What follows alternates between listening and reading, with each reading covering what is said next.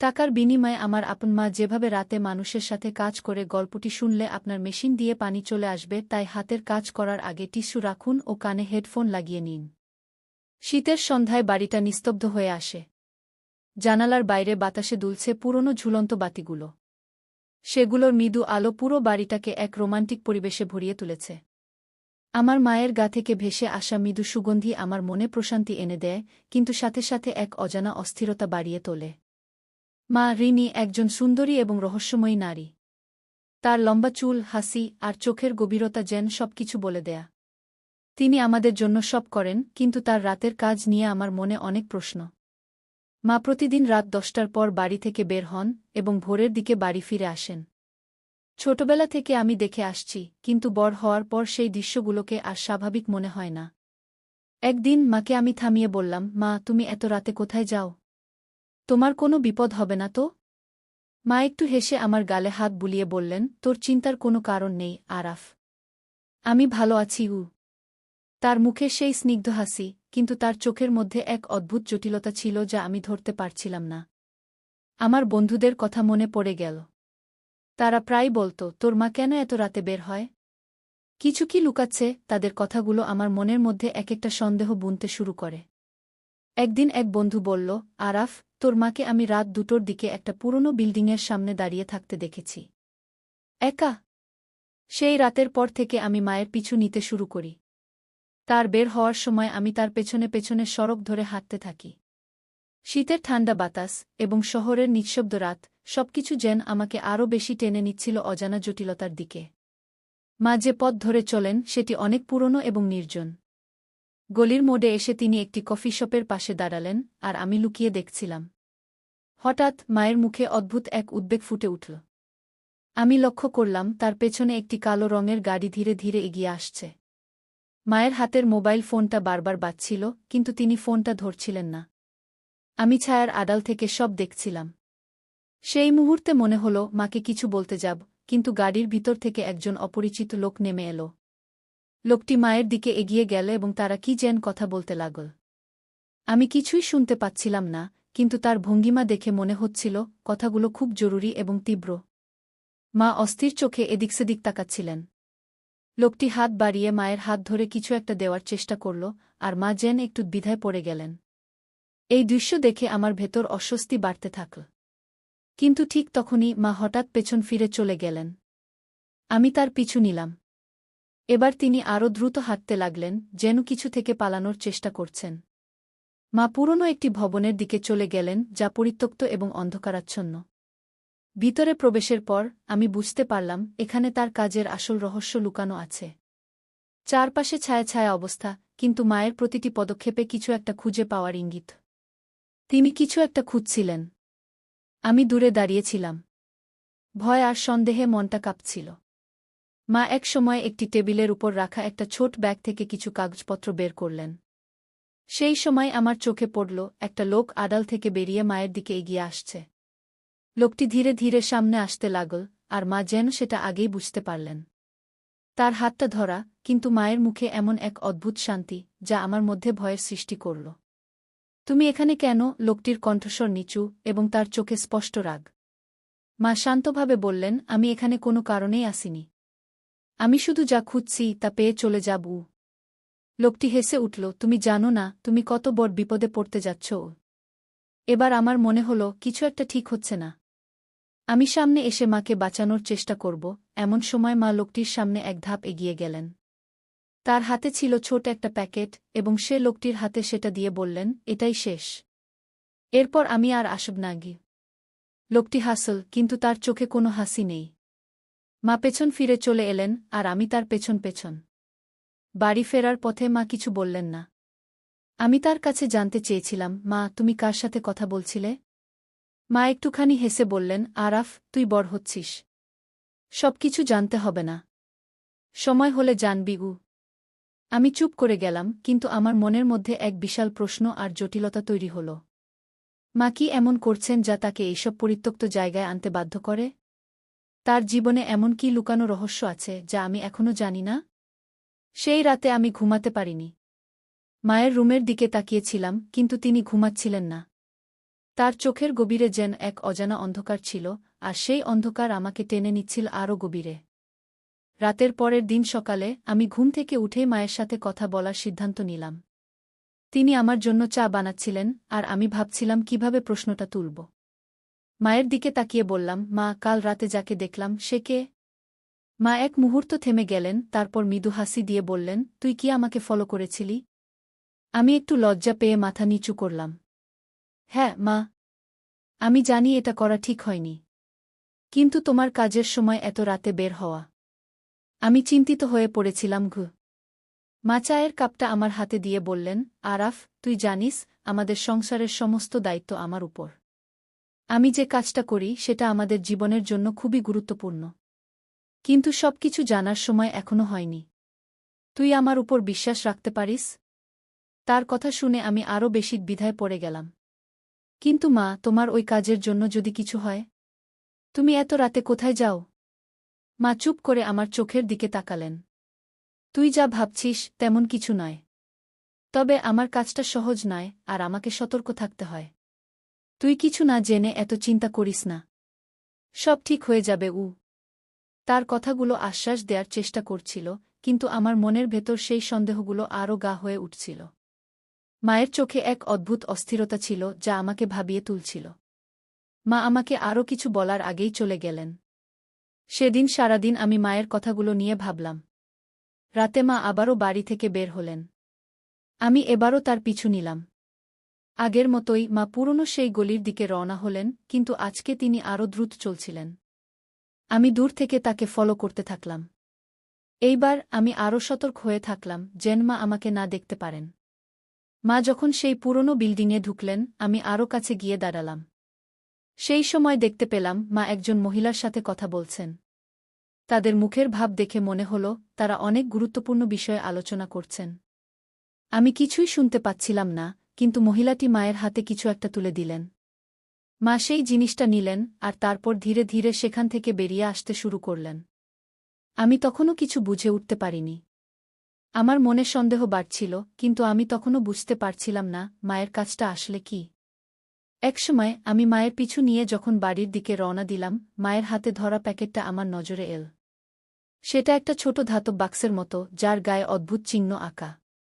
বাড়িতে ফিরে এসে মা সেই বাক্সটা তার রুমে রেখে দিলেন। সেদিন রাতে আমি ঘুমাতে পারলাম না। মায়ের রুমের বাইরে দাঁড়িয়ে শুনতে পেলাম তিনি কারো সাথে কথা বলছেন। তার কণ্ঠস্বরে উদ্বেগ ছিল। তিনি বলছিলেন, আমি আর বেশিদিন লুকিয়ে রাখতে পারব না। আরাফের সন্দেহ বাড়ছে।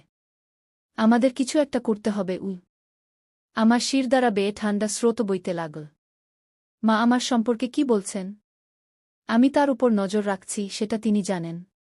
কিন্তু কি এমন লুকাচ্ছেন তিনি যা আমাকে বলার সাহস পাচ্ছেন না? পরের দিন সকালে আমি মায়ের কাছে গিয়ে জানতে চাইলাম, মা, তোমার রুমে রাখা ওই ধাতব বাক্সটা কি? মা একটু চমকে গেলেন। তিনি কিছুক্ষণ আমার মুখের দিকে তাকিয়ে রইলেন। তারপর মৃদু হেসে বললেন, ওটা তোর জন্য একটা উপহার। কিন্তু এখনই খোলার সময় হয়নি। কিন্তু মা, তুমি কিছু লুকাচ্ছ, আমি দৃঢ়ভাবে বললাম। মা তার হাতটা আমার কাঁধে রাখলেন। আরাফ, তুই শুধু জানবি আমি তোদের জন্য সব করছি। সময় এলে সব বলবো। কিন্তু এখন আমাকে বিশ্বাস করতে শিখ। আমি চুপ করে গেলাম। তার চোখে ছিল এক ধরনের স্নেহ, কিন্তু তার ভেতরে লুকানো ছিল গভীর কিছু, যা আমার জানা উচিত ছিল। সেই রাতে আমি আবারও তার পিছু নিলাম। এবার আমি পুরোপুরি প্রস্তুত ছিলাম মায়ের আসল রহস্য জানার জন্য। পথে মাকে আমি দেখলাম, তিনি কাঁধে সেই ধাতব বাক্সটা নিয়ে রওনা দিয়েছেন। আজকের রাতেই আমি জানতে পারব মায়ের জীবনের রহস্য। সেদিন রাতে আমি ধীরে ধীরে মায়ের পিছু নিলাম। তার হাতে ধাতব বাক্সটা দেখছিলাম, আর আমার মনের মধ্যে নানা ধরনের প্রশ্ন ঘুরছিল। মায়ের আসল উদ্দেশ্য কি? তিনি কি এমন কাজ করছেন যা আমাকে বলছেন না? গলির মধ্যে ঢুকে মা এবার অন্য পথ ধরলেন। আমি দেখলাম তিনি আরও দূরে শহরের পুরনো এলাকায় যাচ্ছেন। জায়গাটা বেশ অন্ধকার আর ভৌতিক ছিল, চারপাশে পুরনো বাড়ি আর ভাঙাচোরা দেওয়াল। আমি নিজেকে লুকিয়ে মাকে অনুসরণ করতে লাগলাম। একটা সরু রাস্তায় পৌঁছে মা থামলেন। আমি লুকিয়ে থাকলেও দেখতে পেলাম মা সেই ধাতব বাক্সটা খুললেন, আর তার ভেতর থেকে একটা ছোট পেপার বের করলেন। কাগজের উপর অদ্ভুত চিহ্ন আঁকা ছিল যা আমি আগে কখনো দেখিনি। মা সেই কাগজটা নিয়ে বাড়ির ভাঙা দেয়ালের সামনে দাঁড়িয়ে কিছু বলছিলেন। আমি কিছু শুনতে পাচ্ছিলাম না, কিন্তু তার মুখে দুশ্চিন্তা স্পষ্ট ছিল। হঠাৎ করেই দেয়ালের ফাটল থেকে এক ধরনের আলোর ঝলকানি বের হতে শুরু করল। আমি হতবাক হয়ে তাকিয়ে রইলাম। সেই দেয়ালের ভেতর থেকে যেন এক ধরনের পথ বেরিয়ে আসছিল। মা আলোর সামনে দাঁড়িয়ে তার হাতে ধরা কাগজটা উপরে তুলে ধরলেন। কাগজটা ঝলমল করতে লাগল, আর আমি দেখতে পেলাম তার গায়ের অদ্ভুত চিহ্নগুলো জ্বলে উঠছে। মা আস্তে আস্তে সেই পথে ঢুকে গেলেন। আমার মনে তখন হাজারো প্রশ্ন ঘুরছিল। আমি এতদিন জানতাম মা শুধু আমাদের সংসারের খরচ চালানোর জন্য কঠোর পরিশ্রম করেন। কিন্তু এইসব রহস্যময় চিহ্ন আর আলোর পথ, এগুলো কিসের ইঙ্গিত দিচ্ছে? আমি ভয়ে ভয়ে সেই আলোর পথের দিকে পা বাড়ালাম। মাকে না দেখে এখন আর অপেক্ষা করতে পারছিলাম না। দেওয়ালের পথ ধরে একটু এগোতেই একটা গুহার মতো জায়গা চোখে পড়ল। ভেতরে আলো কম ছিল, কিন্তু কেমন একটা উষ্ণতা অনুভব করলাম। হঠাৎ আমি মাকে দেখলাম, তিনি এক অদ্ভুত প্রতিমার সামনে দাঁড়িয়ে। মূর্তিটা ছিল মানুষের মতো, কিন্তু তার হাতে ছিল একটা তলোয়ার। মায়ের চোখে অদ্ভুত এক দৃঢ়তা ছিল, তিনি মনে হচ্ছিল প্রতিমার সাথে কথা বলছেন। আমি আরও কাছে এগিয়ে গেলাম। মায়ের মুখ থেকে কিছু কথা কানে এলো, এবার সময় হয়েছে। আমার পরিবারকে বাঁচাতে আমাকে যা করতে হবে তা করব। কিন্তু সে আমাকে বিশ্বাস করবে কি না জানি না গি। আমার মন উথালপাথাল হতে লাগল। মা আসলে কি করতে যাচ্ছেন? আর তার পরিবারকে কি বিপদে পড়তে হয়েছে? ঠিক তখনই মা আমার দিকে তাকালেন। আমার লুকিয়ে থাকা ধরা পড়ল। মায়ের চোখে প্রথমে বিস্ময়, তারপর ক্রোধ ফুটে উঠল। আরাফ, তুই এখানে কেন? তুই আমার পিছু নিয়েছিস? আমি ভয়ে কিছুক্ষণ চুপ করে রইলাম, তারপর বললাম, মা, আমি তোমাকে নিয়ে খুব চিন্তায় ছিলাম। তাই তোমার পিছু নিয়েছি। কিন্তু এ কি? তুমি এসব কি করছ? মা আমার হাত ধরে টেনে নিয়ে আমাকে গুহার ভেতর আরও গভীরে নিয়ে গেলেন। আরাফ, তুই যা দেখেছিস তা খুবই বিপজ্জনক। আমি তোকে এ বিষয়ে কিছু জানাতে চাইনি, কারণ তুই তখন বিপদে পড়তে পারিস। কিন্তু এখন যেহেতু তুই সব দেখেছিস, তোর জানা উচিত। তারপর তিনি ধাতব বাক্সটা খুলে একটা মানচিত্র বের করলেন। মানচিত্রের উপর অদ্ভুত চিহ্নগুলো জ্বলজ্বল করছিল। তিনি বললেন, এই মানচিত্রটা আমাদের পরিবারের একটা প্রাচীন ধন।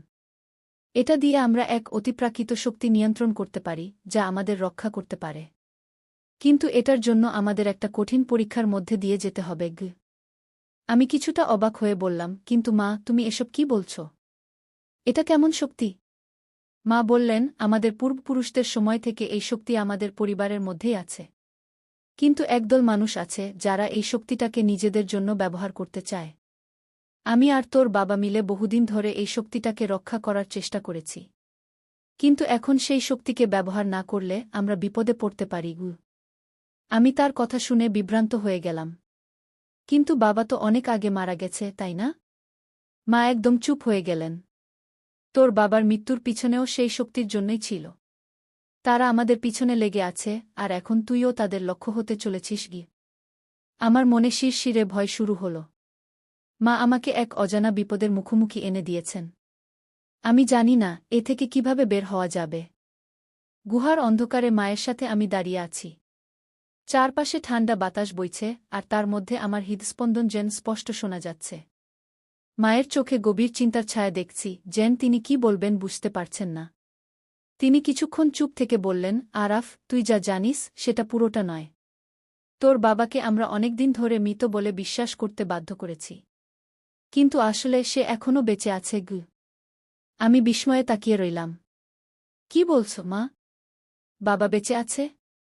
তাহলে এতদিন কেন আমরা কিছু জানতাম না?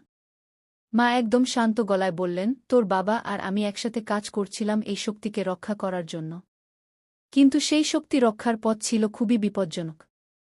আমাদের শত্রুরা তোর বাবাকে ধরে নিয়ে যায়, আর সে তখন থেকে গোপন একটা জায়গায় বন্দী। আমি তার সন্ধান করতে গিয়ে আজ এতদূর পৌঁছেছি। আমার মাথায় যেন হাজারো প্রশ্ন ঘুরছিল। কিন্তু মা, তুমি এতদিন এই কথা গোপন রাখলে কেন? আমাকে জানাতে পারতে। মা দীর্ঘশ্বাস ফেললেন।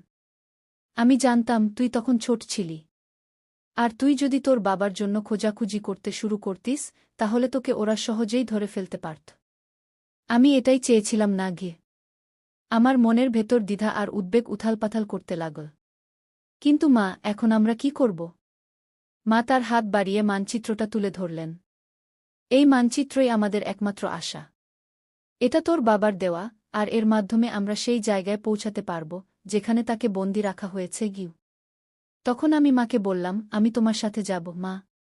তুমিই তো বলেছ আমিও এখন বিপদে পড়তে পারি। তাই আমি তোমার পাশে থাকব। মা এক মুহূর্ত আমার দিকে তাকালেন, তার চোখে মমতার ছায়া। ঠিক আছে আরাফ, তুই যদি আমার সাথে থাকতে চাস, তবে সাবধান। শত্রুরা আমাদের প্রতিটি পদক্ষেপেই নজর রাখছে গি। তারপর আমরা মানচিত্র অনুযায়ী চলতে শুরু করলাম। গুহার গভীরে যাওয়ার পথে আমি দেখলাম চারপাশের দেয়ালে অদ্ভুত চিহ্ন আঁকা আছে। চিহ্নগুলো দেখে আমার মনে হল এগুলো যেন কোনো পুরনো রহস্যের সংকেত। মা বললেন, এই সংকেতগুলো আমাদের পথ দেখাচ্ছে। আমরা এগুলো